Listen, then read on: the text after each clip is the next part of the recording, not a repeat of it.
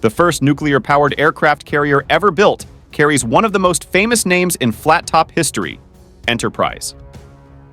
Designed as the nucleus of a nuclear-powered task force that could travel indefinitely without fuel replenishment, the USS Enterprise set the standard for all U.S. aircraft carriers to the present day. In August 1950, the Chief of Naval Operations, Admiral Forrest Sherman, requested a feasibility study for nuclear-powered aircraft carriers. A shore-based nuclear reactor was built as a test, and based on the success of the so-called A1W reactor authorization, and funds for a nuclear carrier was approved in 1958. Enterprise was commissioned in November 1961. It was 1,123 feet long, the longest aircraft carrier ever built, and displaced 93,284 tons fully loaded. Its 8 A2W reactors, a development of the A1W, could together generate an amazing 280,000 shaft horsepower, driving Enterprise's 4 propellers to a speed of more than 35 knots. The ship was manned by a crew of 5,500, including the air wing, and could carry 85 aircraft.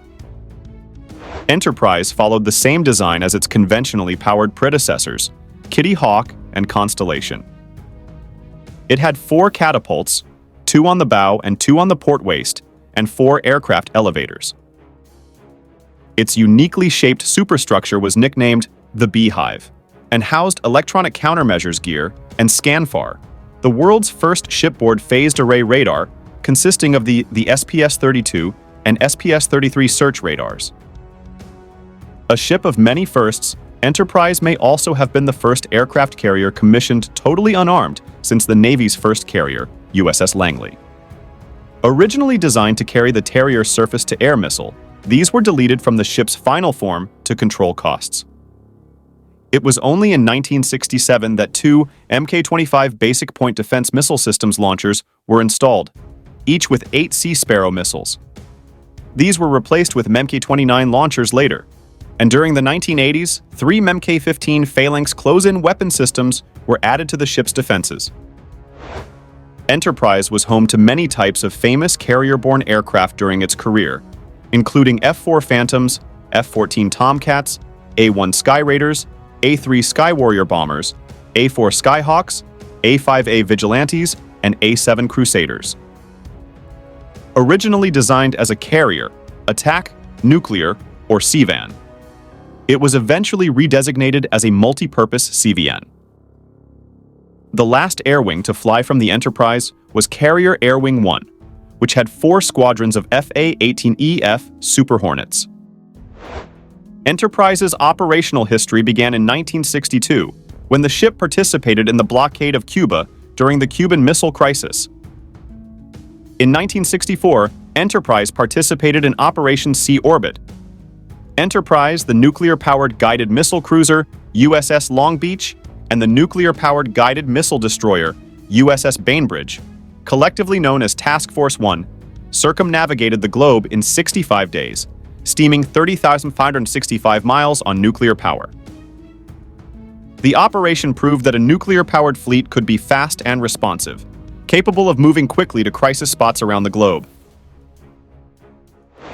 In 1965, Enterprise began air operations off Vietnam, delivering airstrikes against Viet Cong and North Vietnamese targets.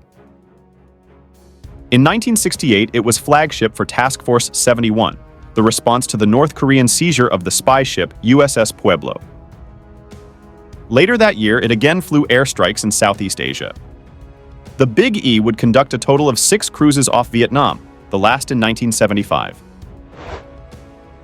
In 1969, while conducting readiness inspections off Hawaii, an aircraft rocket exploded on the flight deck, causing a fire. 9 bombs cooked off in the fire, killing 28 crewmen and injuring 343 others. 15 aircraft were destroyed, including several brand-new A-7 Corsairs. Despite the terrible damage and casualties suffered, Enterprise could have enacted emergency repairs and resumed air operations within hours, but instead was sent to dry dock in Hawaii. The post-Vietnam era was relatively quiet for Enterprise until 1988, when its air wing sank an Iranian Somme-class frigate as part of Operation Praying Mantis the U.S. response to Iran's mining of the Persian Gulf. During the 1990s, it enforced no-fly zones over Bosnia and Iraq. In October 2001, it flew some of the first air missions over Afghanistan, conducting airstrikes against the Taliban and al-Qaeda forces.